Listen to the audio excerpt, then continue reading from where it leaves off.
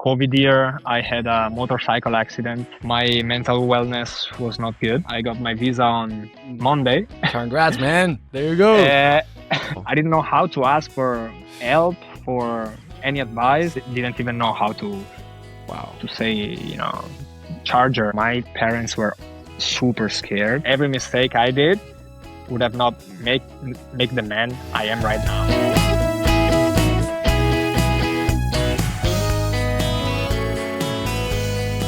Welcome to The Living Point. Today I'm here with Tresoldi, who is someone that I'm fortunate enough to call him a friend. He's someone that left a small town in Italy to come all the way to the United States to study and play soccer. And I really want to start with this. You came to America first to a small college in central of Illinois, if I'm not mistaken. You'll tell us later. And after a couple of months or a year, that college shut down after 157 years. And now most people usually go back home, but now you didn't. So I really want to understand that thinking process and what made you stay here in the United States, and which I understand you're still here and you have built quite a successful career so far. So please, Chris, welcome to The Living Point, and just can't wait to talk to you. Well, thank you so much, Fran. It's a pleasure. It's an honor for me to be here. And I'm pretty surprised by your research, honestly. Yes, it's very true. When was it? 5 years ago to Lincoln College. I got a scholarship to, play soccer there and become a student athlete. After 1 year, that college shut down.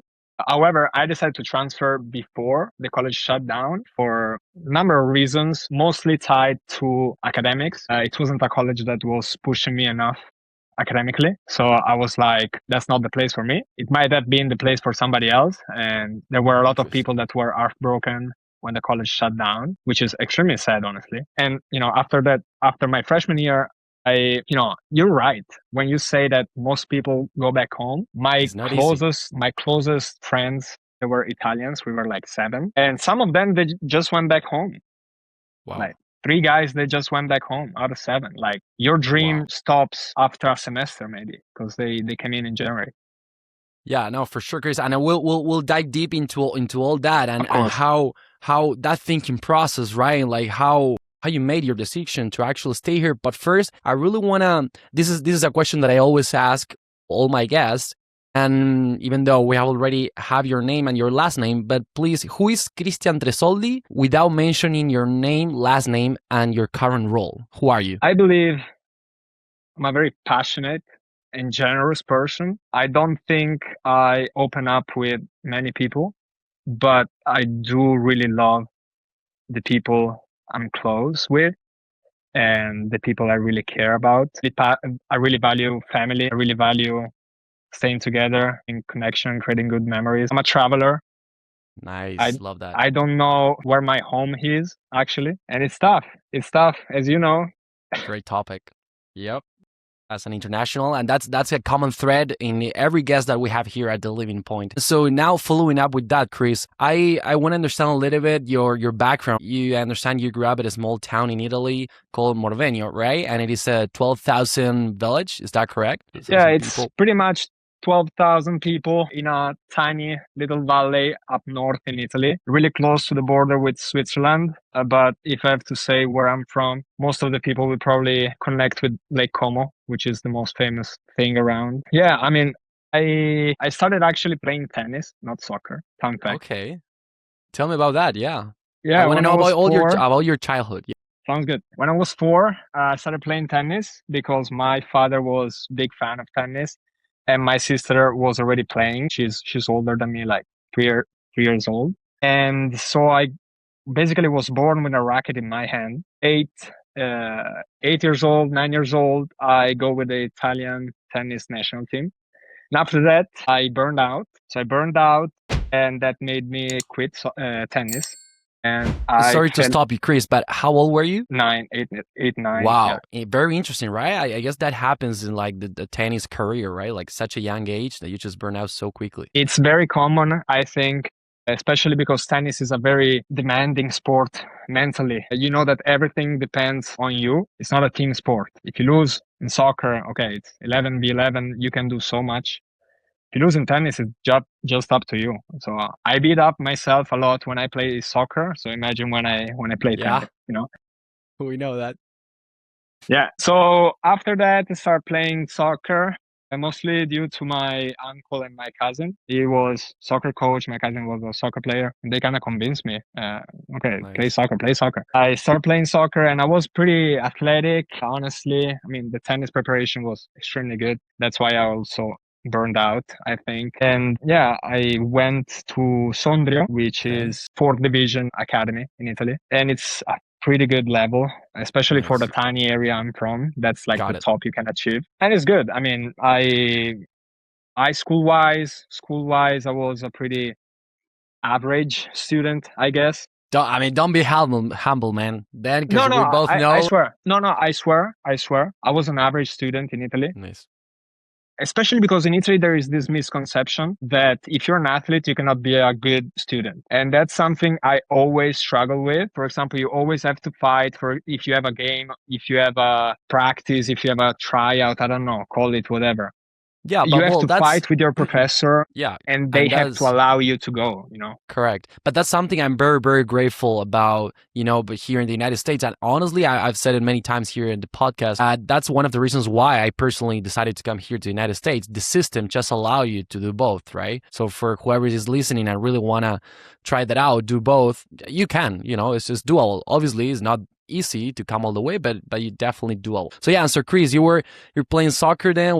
Was that a high school that time or no yet? Where were you at that time? Sorry? Were you in high school at that time? Yeah, I How was old in were you? high school. Okay, I think from 10 to pretty much right now. I still Yeah, no, play. there you go. And so I want to understand how on earth someone from like Morvenio, Italy, and you were playing soccer, you ended up, you know what? I'm just gonna apply to come for college in the United States, and not only that, but know how to speak English. So I want to ask you that. How did you learn? And we both know, because we're very good friends, that you not only speak English, but you can speak Spanish and other languages as well. So how was that for you?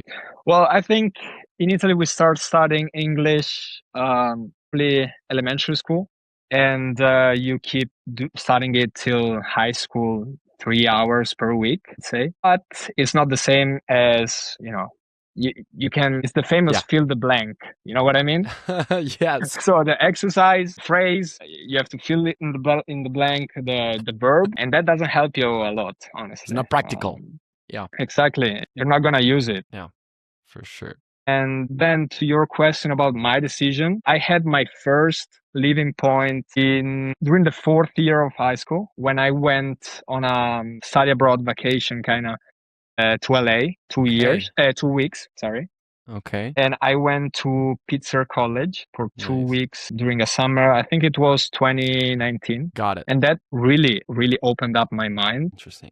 Coming from a small, tiny valley, from quite humble background, most of the people in our valley, they just leave, they just like born, grow up, leave, and die right there. So I'm an exception, I think. Now with this new generation, I think more guys are traveling and exploring the So, world. Chris, let me stop you right there. And so you're saying that probably in your valley in Morvenio, that's probably usually what people do, and you're saying yourself that you're probably an exception or someone that just an outlier, right? Now, how was your parents' reaction or your family's reaction when you told them, "Hey, I want to go to the United States. I'm gonna start this process"? Like, Yeah. So the applying for a US college, it all started one dinner when we were all together, me, my sister, my father, and my mother. And my sister was like, "Hey, Christian, do you know that there are scholarships available for soccer player in the US?" I was like, "No." And a month later, I did all the application with an agency, and it became a reality, actually. And I remember my parents were super scared because they were like, "What are you going to do? We don't know anything about the place you're going. Are you sure you want to do this?" And I was no, like, insane. "Yeah, yeah." And so, Chris, how? Well, I mean, were you 100% confident about it, or or somehow you were like, you know what, I'm just gonna go, I'm gonna try it out, and if it doesn't work, I'm just gonna come back. Was that an option? Well, I think for me it was a no-brainer to leave. I spent my 2020 was pretty tough. COVID year, I had a motorcycle accident. I had 2 surgeries at my tonsils, and I was just in a very I don't know, very bad mental shape. My mental wellness was not good. So I just decided to grab this opportunity, get a backpack, get a luggage, and Nice. travel more than 10,000 kilometers Yeah, away go from for home. go for a Yeah. big change. Yeah, Yeah. that's Yeah. sometimes that's all you need. That's all you need. I And needed so, that. yeah, and so how did you ended up in the well in Central Illinois, please, like or the different you apply for colleges? I understand you get some different offers, right?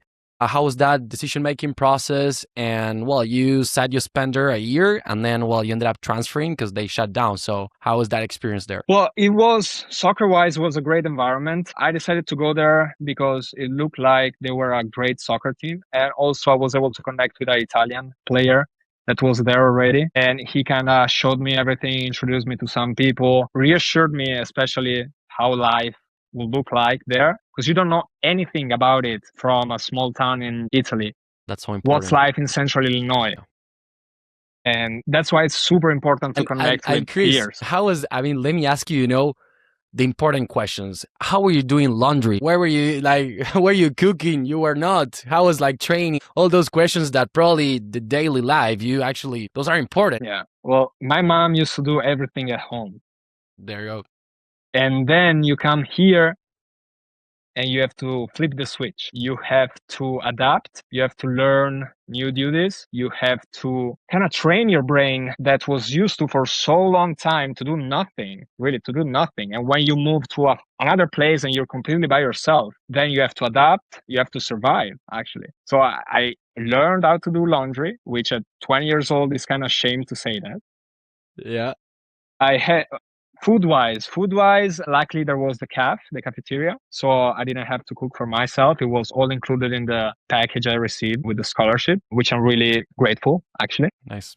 However, the cultural shock being an Italian with the cafeteria food of a college in Central Illinois, you can imagine. It's pretty tough. It's pretty Chris, tough. I bet. So you I was actually gonna ask you that. What was the biggest cultural shock? Probably like in terms of food, relationships with people, probably. In your opinion, what was it? No, food. I remember one morning there was this strawberry pizza. I was like, I still have a picture of it in my phone. I don't need. No way. Worst I was nightmare. like, yeah, no, seriously, strawberry pizza. No, Wow. No, I don't say. Here in America, they just create so many different random stuff. And so, Chris, then, so you spent a year there, and I don't know if you may share why they shut down, and then how was that process in like, okay, do I go back home? And even as an international, like your freshman year, how do I even start applying again, which is not an easy process, to like other colleges, right? And not only that, but financially as well. I mean, that must have been quite tough. it's really no. The transfer process. The transfer process is really hard. It's one of the most stressful things I've ever done. Because at first I started reaching out individually to coaches, to everybody, literally copy and paste, whoever will get me, I would Cold go for calling. it. Of course, if it was a good school and I was interested, yeah, sure. No matter division, no matter anything, let's go for it. After that, I received offers that were not my budget. And I Yeah. had quite a good budget, I believe. Yeah. But Yeah. not many highlights, not much playing time my first year. It's really tough to bet on somebody like that. Exactly. After that, I received a call from Principia College, the head coach. And from the beginning, I looked at different.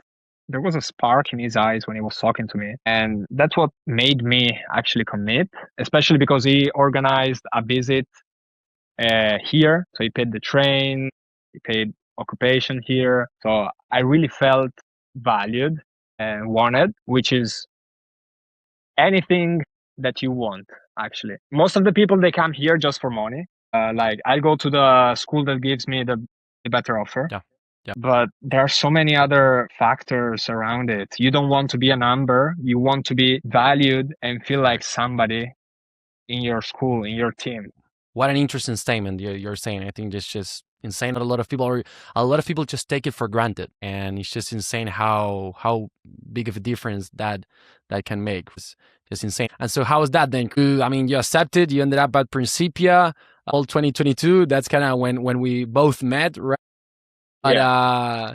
how was that? You already had a year in your pocket, right, in a different college, but how was your first impressions there at Prin, academic wise, soccer wise as well? Well, I think first of all, Principia does an amazing job for internationals. You have this orientation week where they set up a bank account for you. They really take care of you and explain you most of the things that you need to know if you come here to the US. And that was not something I did at my previous college. So really, really grateful. And I love Principia, honestly. I was playing, I was doing really well on the soccer pitch. Academically, I was challenged. Great. Internships, then we can talk about Yeah, it. no, for sure. And so Yeah. let's actually get a little bit into that in terms of you always mention since we just started talking that you really emphasize and for you so important the academic part of things, right? And I do remember you mentioned that back in Italy that not if you're an athlete you cannot do both, but that was something that for you were an outlier, an exception, and you were like, no, I definitely can, and I will do it. And I love that mindset, and I think a lot of people should pursue that as well. And I do know firsthand that you graduated from Prin with highest GPA in the class as being a student athlete. So that's just kudos to you, man. I really respect that. Look up to that. The fact that you said it when you were a kid in Italy and you were able to achieve it, and for so many other things. And so, how was your experience at Principia in terms of academic, but also in terms of internships, right? That's not an easy thing for an international student while being here. And so, how was that process for you? Well, internships, first of all, applying is super tough. Being an international, the 20 job is very tough because most of them, they have on LinkedIn, do you need or will need in the future sponsorship? That checkbox, it feels like it's already a no, okay? But I don't know if lucky, but I also believe you need to earn or be ready when luck comes. One of the faculty members, one of my business professors, linked me up with a company, a local company here close to St. Louis, and had the meeting with the executive director, hired in 1 second. Love it. Yeah. Love it. And so now you just mentioned, you talk about luck, and you're saying I was lucky probably, but I find it hard to believe that because, and you just said, a professor introduced me to this guy. Well, I probably think that you did the right stuff with the professor or at class or somehow in order to that professor introduce you. Because the professor, as we both know, will not introduce just a random guy. So I truly think that you need to do the right stuff while being here. Again, not easy, but step by step, right? And I don't know, what are your thoughts on that? No, something I really, really value about the US in general is that when you ask for help is given to you. So it's just get out there. If you have a problem, if you're looking for something, if you want to achieve something, ask as much help as possible because people here, they really want to help you and not because they want to have something back from you. Absolutely. They just do it for the love of doing it, for the love of helping you.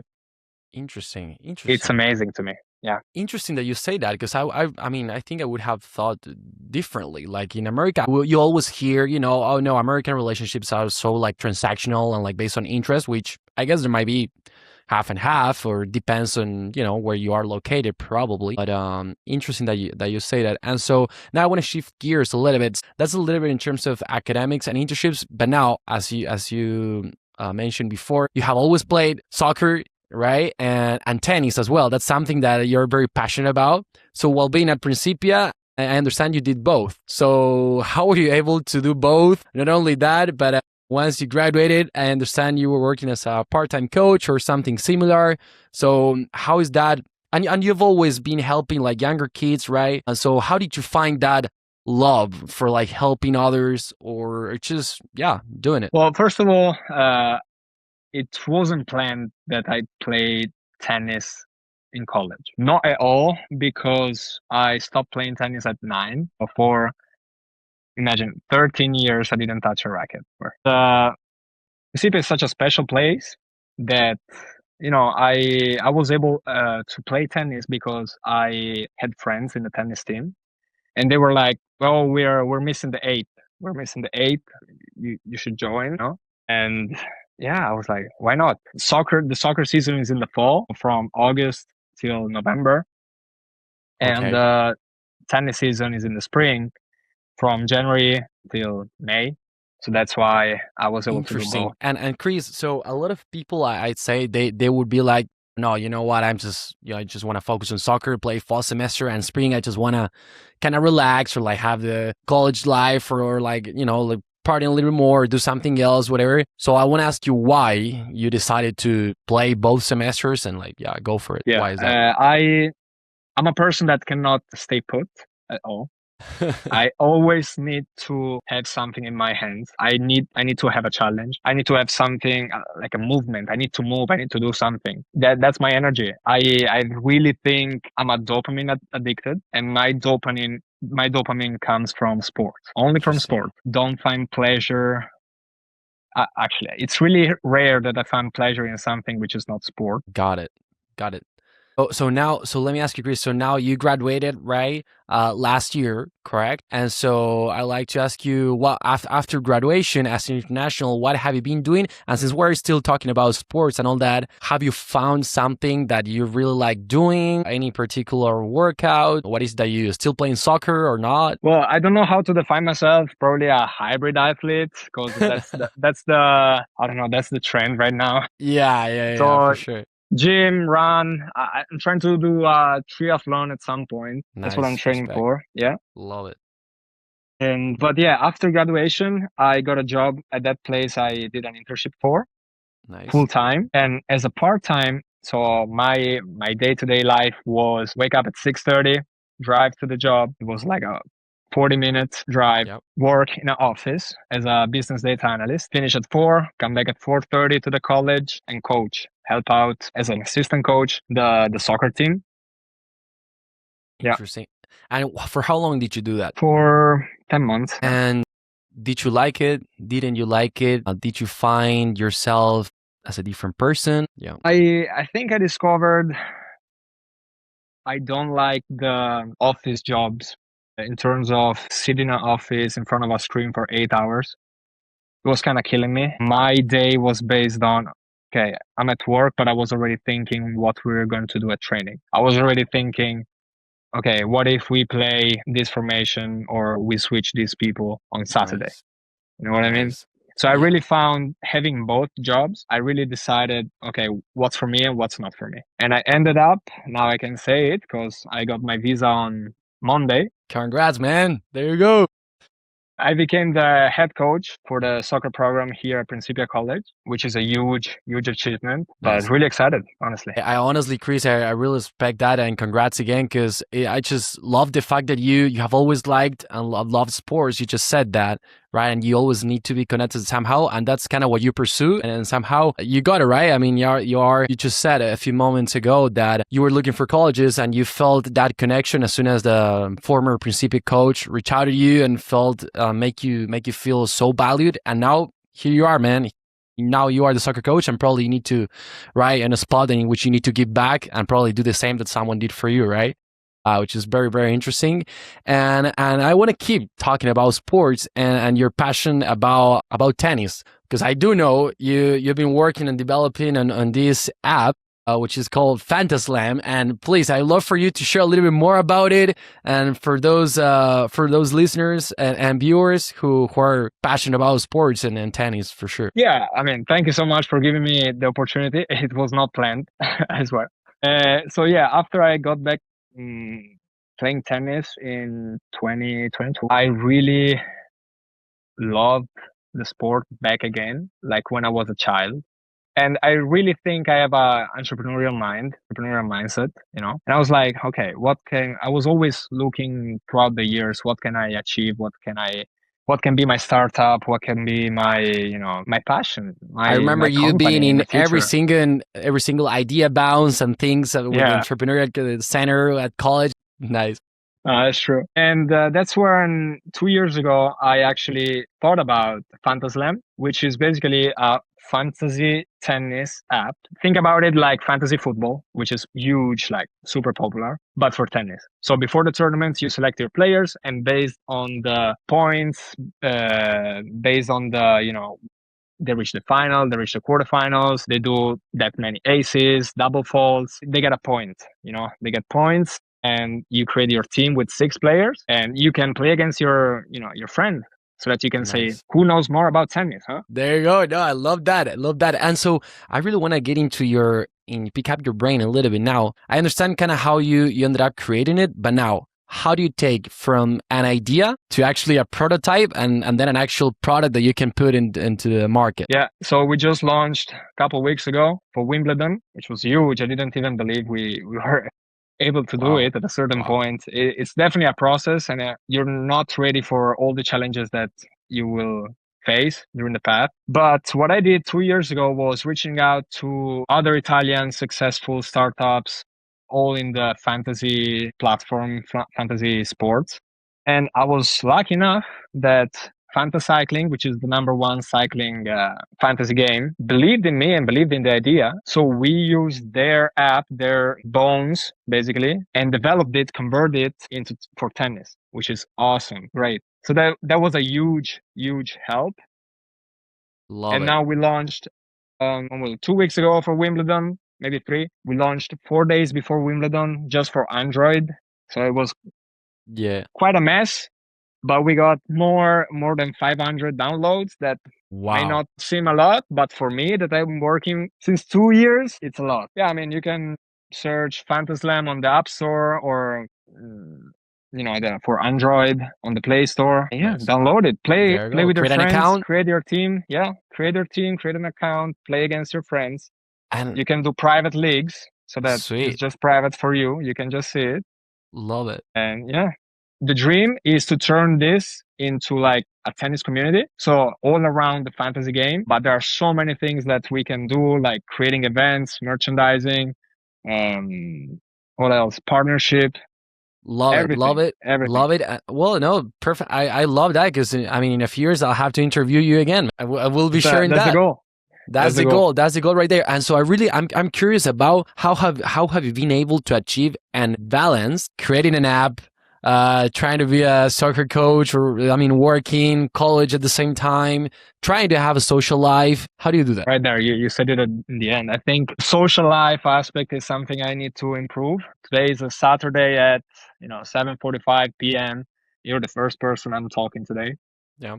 For real. But it's just not procrastinating, The more I have on my back, the more I will carry. If I have a empty schedule, I have no motivation. What am I doing? You know what I mean? I'm the type of person that sometimes I argue with people that they work during the week and then they just wait for the weekend and they spend the weekend sleeping. That's not me. If I have a 3 days, I just want to be active, work. I just want to follow my passions, hang out with friends if I can. Yeah, love that. And now, Chris, just shifting gears a little bit, which have talked a lot about your life and just very in a general overview. But now you mentioned at the very beginning that you don't really know yet what home is, but I wanted to ask you again specifically, do you feel like home right now at Principia? Do you go back to Italy, or like how do you feel about it?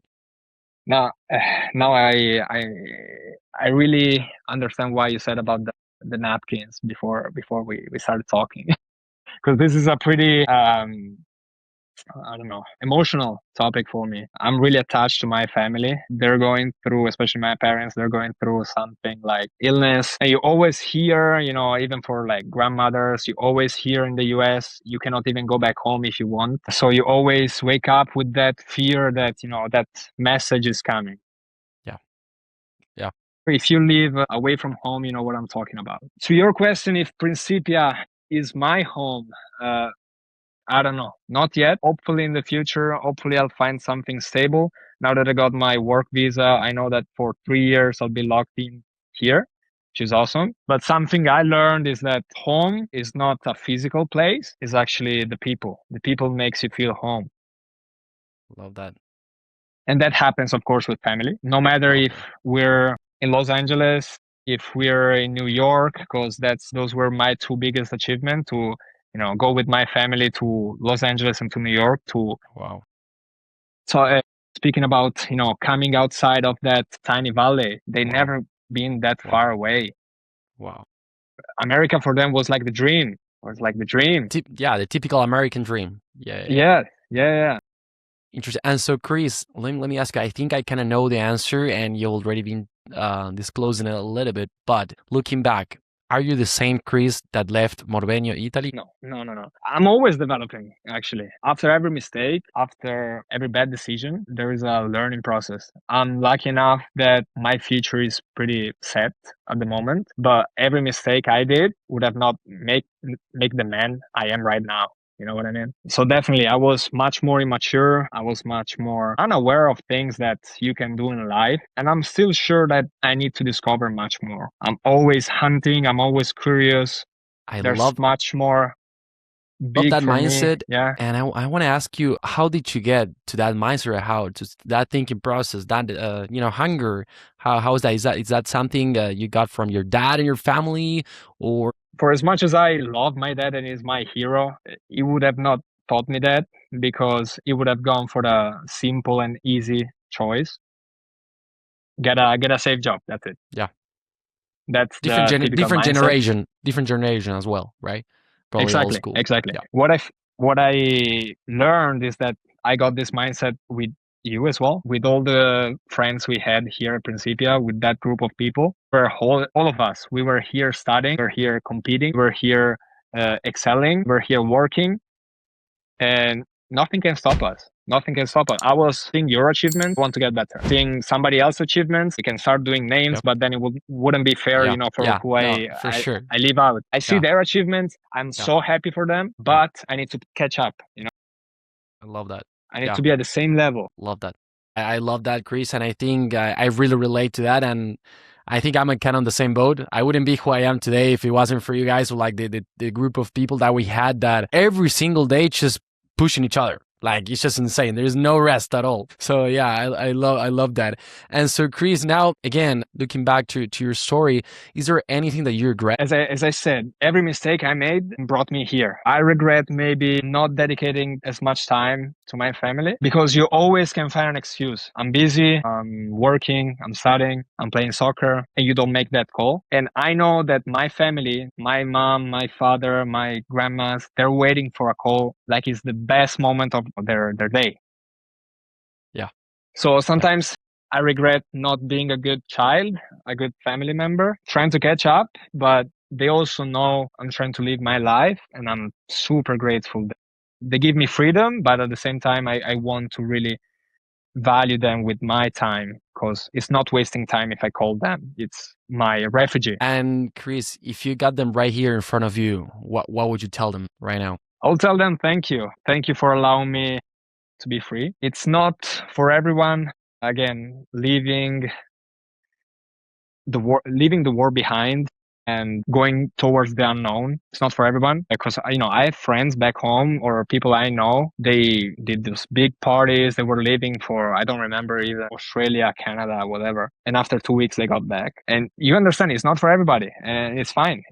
Some people cannot just go outside of their comfort zone, but it's also not for everyone to let their child live their dream, because it's super easy to be selfish and say, no, you're not leaving, not moving. You're here with me. I need you. You're so right. Just following up with this family thread, what would you tell to a young little kid back in the valley of Morvenia, Italy, that is listening to you right now? I will tell him, you're so immature. You need to discover so many things in life. I think at 16, 17, you think you know everything about the world, and I'm at 23, I still don't know anything. There is a world to discover. I had the opportunity to go to Dubai and do another study abroad summer, and I was like, no, I already did Los Angeles. Why would I go to Dubai? I'm like, you have to take advantage of every single opportunity that life will put you in front. Don't be afraid to ask, and keep pushing.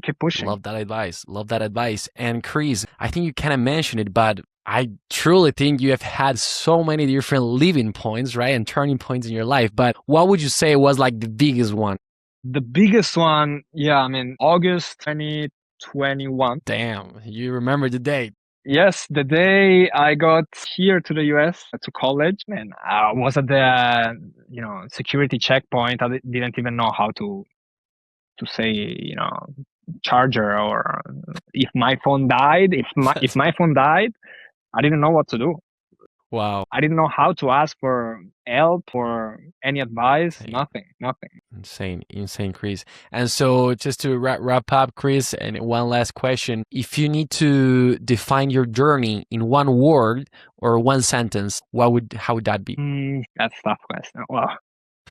You can Really have a nice question. sentence. Yeah. Find the word, I'd say surprising. Oof, okay. Nobody would have expected me to, now become a head coach. Nobody, because I was just an average kid in Italy, both soccer wise and academic wise. And now I'm starting my career as a professional coach. I mean, professional in terms of Yeah. I'm Oh, being yeah. paid to coach. You know what I mean? Exactly. It is, yeah. And that's my passion. That's my dream. I'm learning. I'm studying a lot. That's what I like to think do. that's just so important what you just said. It's my passion. I love it, and I'm learning a lot. I think just that summarizes everything you have done so far. And I quickly want to ask, because you just said I've never been like that average kid from or like Mauritania, Italy, not in a bad way, but why you think you ended up being not like that or having that way of thinking? Why you think so? It's the environment, the group of friends I've made, all aspiring to, excelling. It's the pressure that I put towards myself. It was not inflicted by them, but I didn't want to, disappoint my family. When I Wow. came here, I knew I had no choice. I had to succeed. I didn't want to go back to Marbella with the tails in my legs, with my head No, I down. get that. Yes. It's not going to happen. Not going to happen at all. Because I'm losing so much. I'm losing birthdays. I'm losing friends. Wow. I'm losing relationship back home. And it has to mean something for me. I'm creating great friendship, great, birthday parties Definitely. here. But leaving is not tough. And you always think about when will I come back? Now it's 2 years. I don't go back home and I feel super homesick. Yeah. And It is. Yeah. It is what it is, but you just wait for the moment you can go back. That's life as an international student, as a migrant. You just wish for that, last hug you can have with your grandma, that last dinner you can have with your parents. it's It's tough, man. respect that, and I totally relate with that, Chris. But again, I think you've made such a great career so far, and I think you've learned and developed yourself and grew in so many different ways that I honestly, not only here as a host of the Living Point, but only as a friend, I just really respect and admire a lot. So really, thank you very much for sharing and your time here with all of us. And I hope that you can inspire others. And hopefully, if there is an Italian kid or a European kid or whoever listening to you, hopefully he can reach out or she can reach out to you and ask you some questions. And who knows, if someone wants to play soccer, hey, here we have the soccer coach right there, right? So I really appreciate that, Chris. And I'll share all your social media and everything for sure, as well as Fantaslam. Let's go. Please, if you have anything else that you want to share now, but again, thanks. Well, thank you so much for the opportunity. It was real pleasure, and not just Italian. Whoever wants to reach out to me, I'm super friendly and super open to talk, especially if you want to play soccer here in the US, or if you're already in the US and want to play soccer at the college level, reach out to me. Let's make it happen. And Fran, thank you so much for hosting me. My pleasure. I appreciate it, Chris. Thank you very much. Have a good one, man. See You you soon in person. You too.